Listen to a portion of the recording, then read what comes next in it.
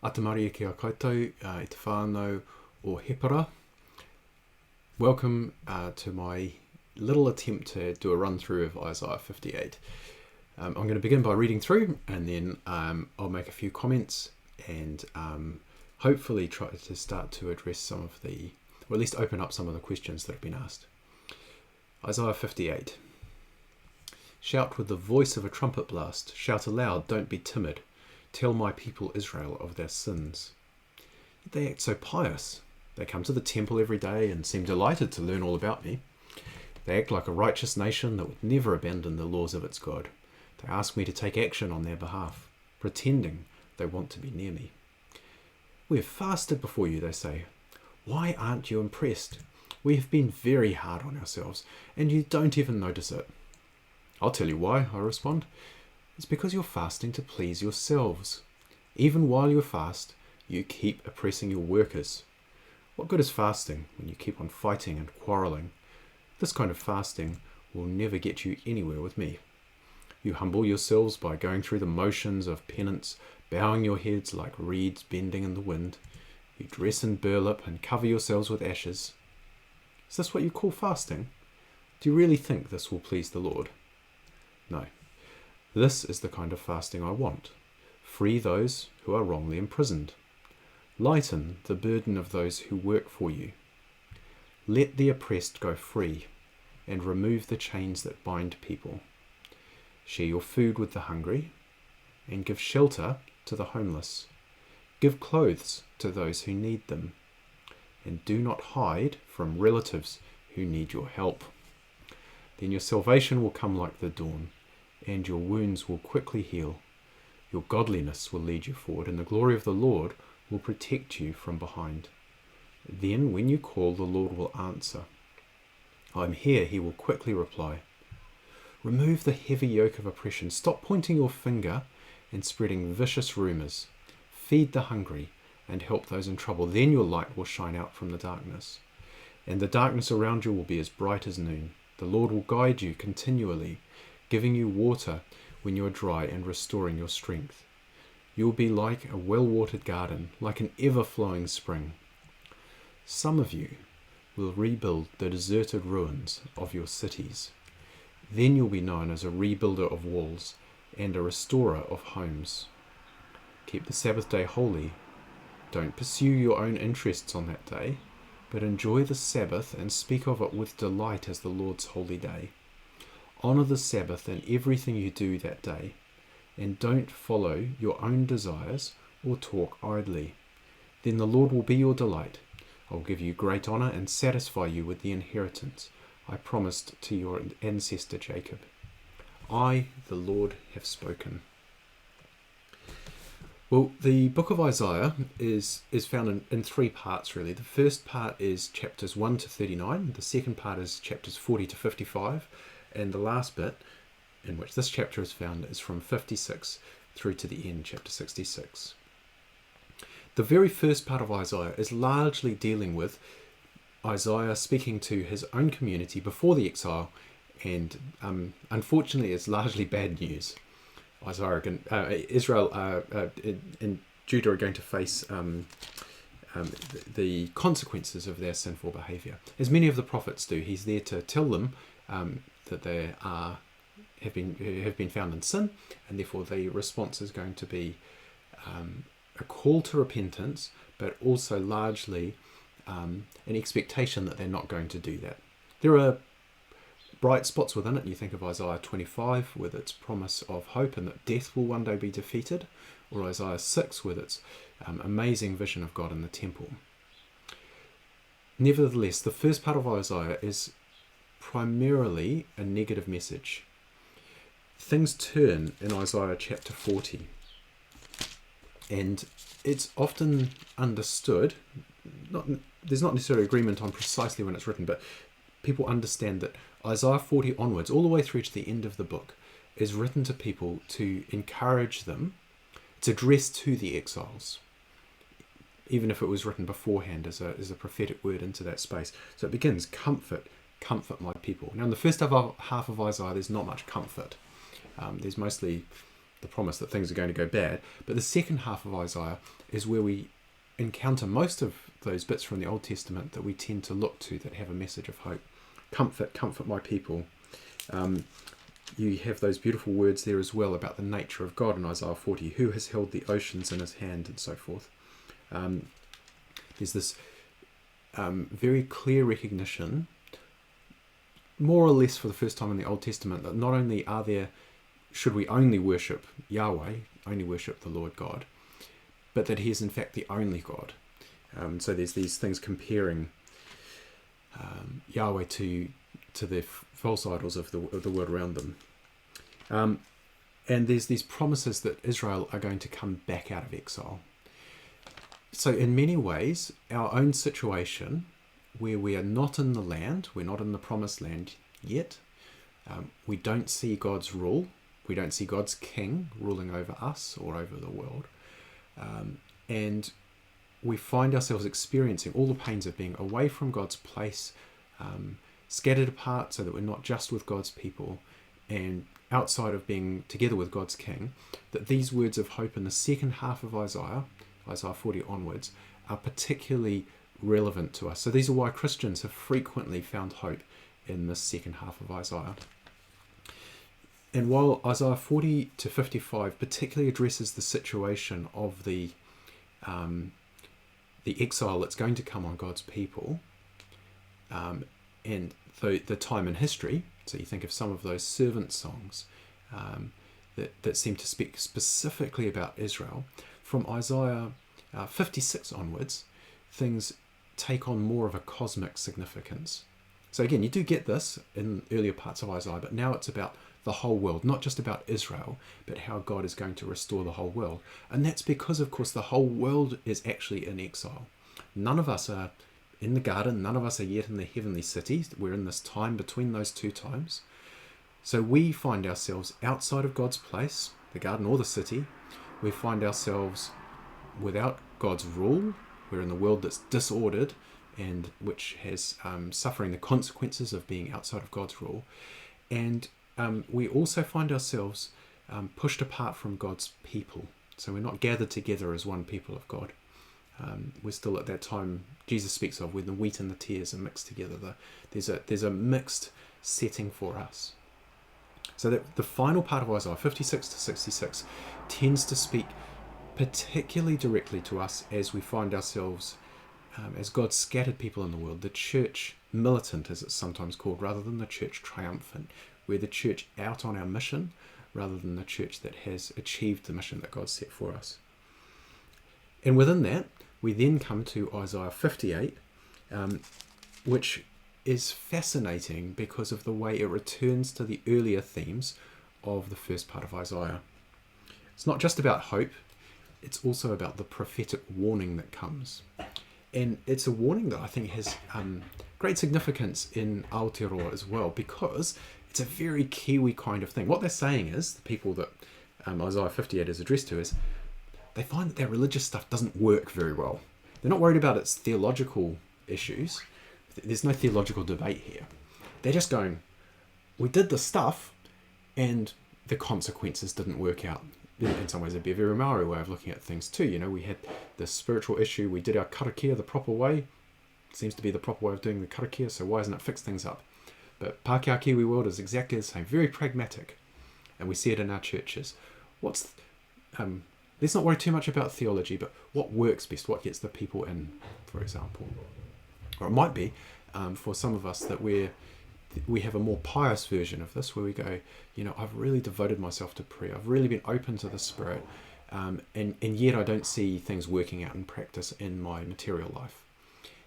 So in other words, it's about expressions of piety that in Isaiah 58 look like they might be a bit divorced from other aspects of what in Israel's theology is meant to be part of your religious life, which is actually how you function in society. And this seems to be addressed particularly to people who have some influence and power, economic power, and social structuring power in society. There's no point telling people to release oppressed workers if they are in fact the oppressed workers. the oppressed workers are generally quite in favour of being released, and don't need to be told about it. It's the people who are in authority over them who need to do it. In fact, later on today, I'm going to be looking at this letter, the Metzar Chashavyahu Ostrakon. See, people used to write letters on little broken bits of pottery, and this is from a worker who certainly thinks that he's been oppressed by his supervisor. He's complaining that his supervisor has taken his cloak and pledge and hasn't given it back overnight, which is something that's forbidden in the law. So this is from Judah, and so the oppressed workers are already wanting to be freed. It's the people who are doing the oppression that are being addressed here. Of course, it affects the whole of society, but those are the people who need to be spoken to by in this passage. And the defining feature, the uniting feature of all the things that are commanded here is that it's about giving up your own interests for the sake of other people. And that it's impossible to do pious religious things, to be a devoted Christian as an individual in your relationship with God, if you don't have, in fact, in Isaiah's language, it seems to be more important, even though he clearly thinks that fasting is worthwhile, that it's more important to engage well in the way that you treat other people. And nothing will impress God if we don't treat these other people well. So he talks about things like, even while you fast, you keep oppressing your workers. What good is fasting when you keep on fighting and quarrelling? This kind of fasting will never get you anywhere with me. And I also want you to notice that there's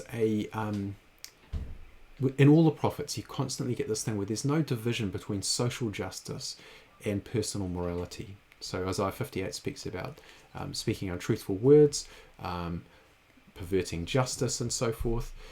These are all taken as a whole. Now, in our setting, of course, social justice is often treated quite differently from personal morality and from other aspects of structural justice that are constantly highlighted as being important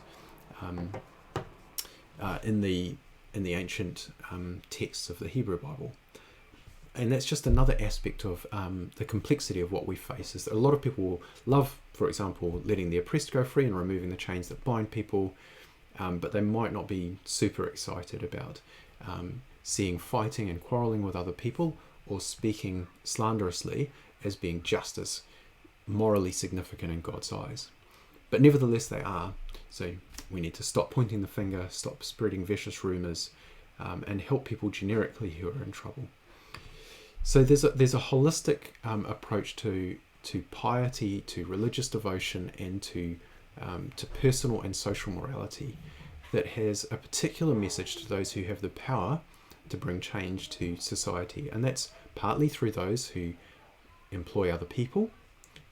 So in the setting that Isaiah is speaking into here, this is people who are broadly equivalent to business owners. So they're people whose agricultural estates have grown to the point where those who have fallen into poverty on the whole have found work on their estate rather than running their own little small holding farm. So the normal setting, or the idealised setting, was of small groups of households who lived together communally and shared some of the risk and benefit of farming together. And people who are employed are generally employed because they've fallen into poverty, and one of the larger farms has brought them in as a bonded labourer. And there are lots of ways in which those people faced particular risks around the way that they would be treated. So that letter I spoke of, where somebody's garment is taken because they haven't met their daily quota, is one possibility there. There's another fascinating little bit there which talks about the, just going to see how it's translated here. I can't quite see it, but there's a phrase which you could translate the documents of unrighteousness, which looks like it's loans.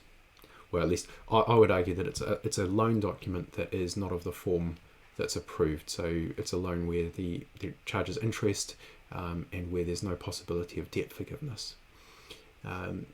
Regardless of that, the overall picture here is of the way that other people are being treated in ways that the person with the power benefits and the person without the power suffers. That's the hallmark of what Isaiah is addressing here. So it's the person who has the power benefits at the expense of somebody who lacks power in these relationships. And you might be a little bit puzzled by the mention of the Sabbath there, but even that is actually in the same boat. And we probably don't realise that because we've got this slightly skewed picture of rest as just being leisure or enjoyment for ourselves. So he's not saying here that the point is to go and make sure that you have some time off to relax and well, depending on our setting on Friday night, to enjoy some of the finer goods of the world, though that could be part of it. The fundamental idea of the Sabbath is that it frees up the people who are under your power from their continual labour. So if you look at Deuteronomy 5 verse 12, the bulk, it's the longest commandment, by the way, in the Ten Commandments, and the bulk of it is about all the people in your household. So it's speaking to a household patriarch. You know, I mentioned these little clusters of houses that would be together. Each of those houses would have been led by the father or the grandfather of the family, who had the power over them, really. And so the point of the Sabbath command is primarily to free all those people in the household, whether they happen to be family members. It says this includes your sons and daughters, but also all the people who are not family members but who are under your power. So in this case, the male and female servants or slaves, and even the animals, and then foreigners who are living among you. So often people, when they were, these more or less refugees is what we're talking about. It's the simplest modern equivalent. So somebody who's fled from another country and has found a home, but actually quite a low status home. So these are all people who are under your control. So what the Sabbath commandment there is humanitarian primarily, and that's why it fits into Isaiah 58. It's not so much a religious act. It's, again, as Isaiah 58 says, it's to set aside your own interests for the interests of other people.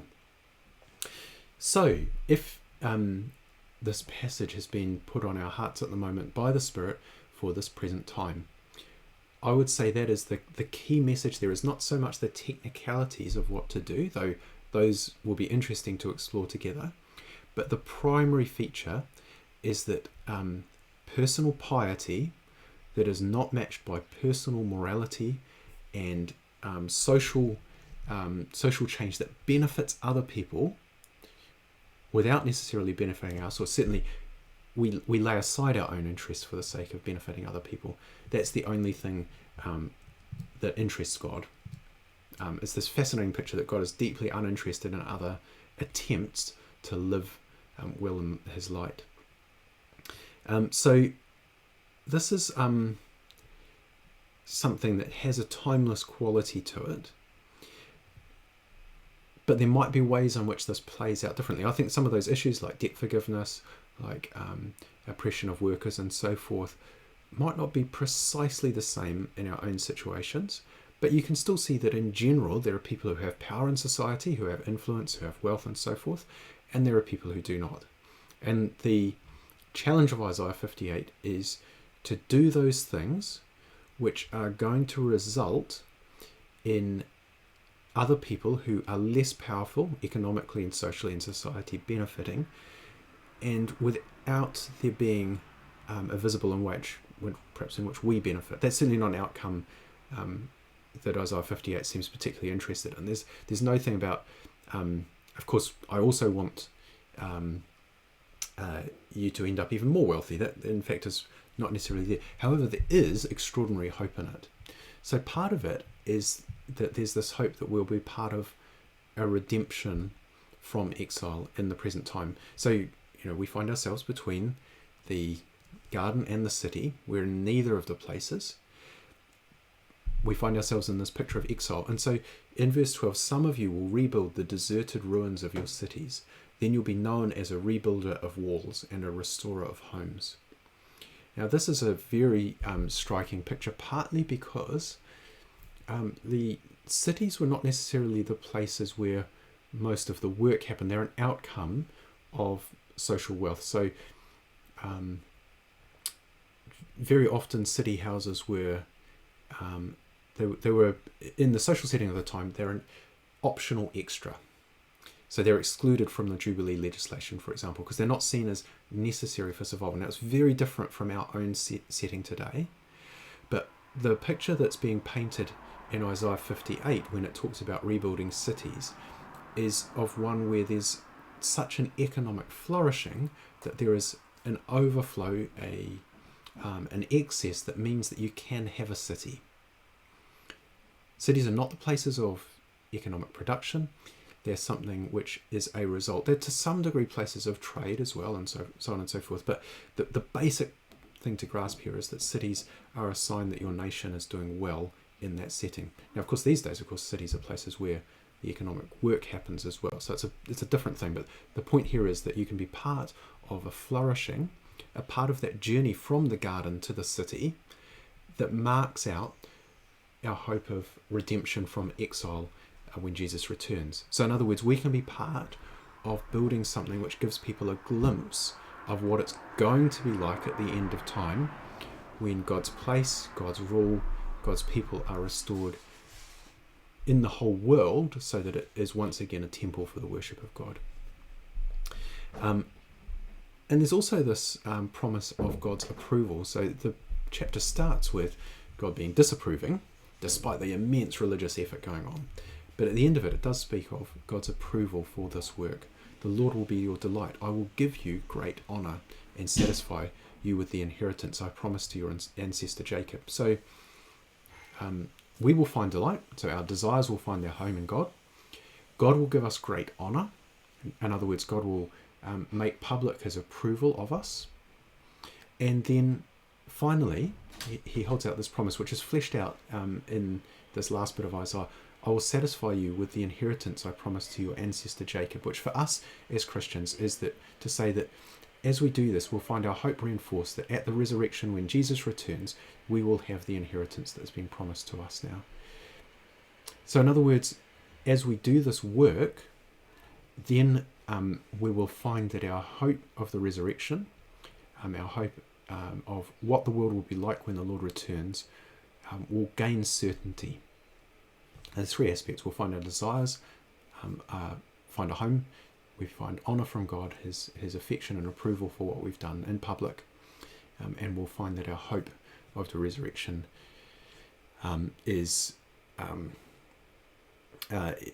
given solidity, and we find confidence in it. So that's my sort of take on where Isaiah 58 leads us. Hopefully there's lots of questions. I can easily put up a couple of commentary sections as well if people would like to see that. But otherwise, I look forward to the conversation on Friday night. God bless you all.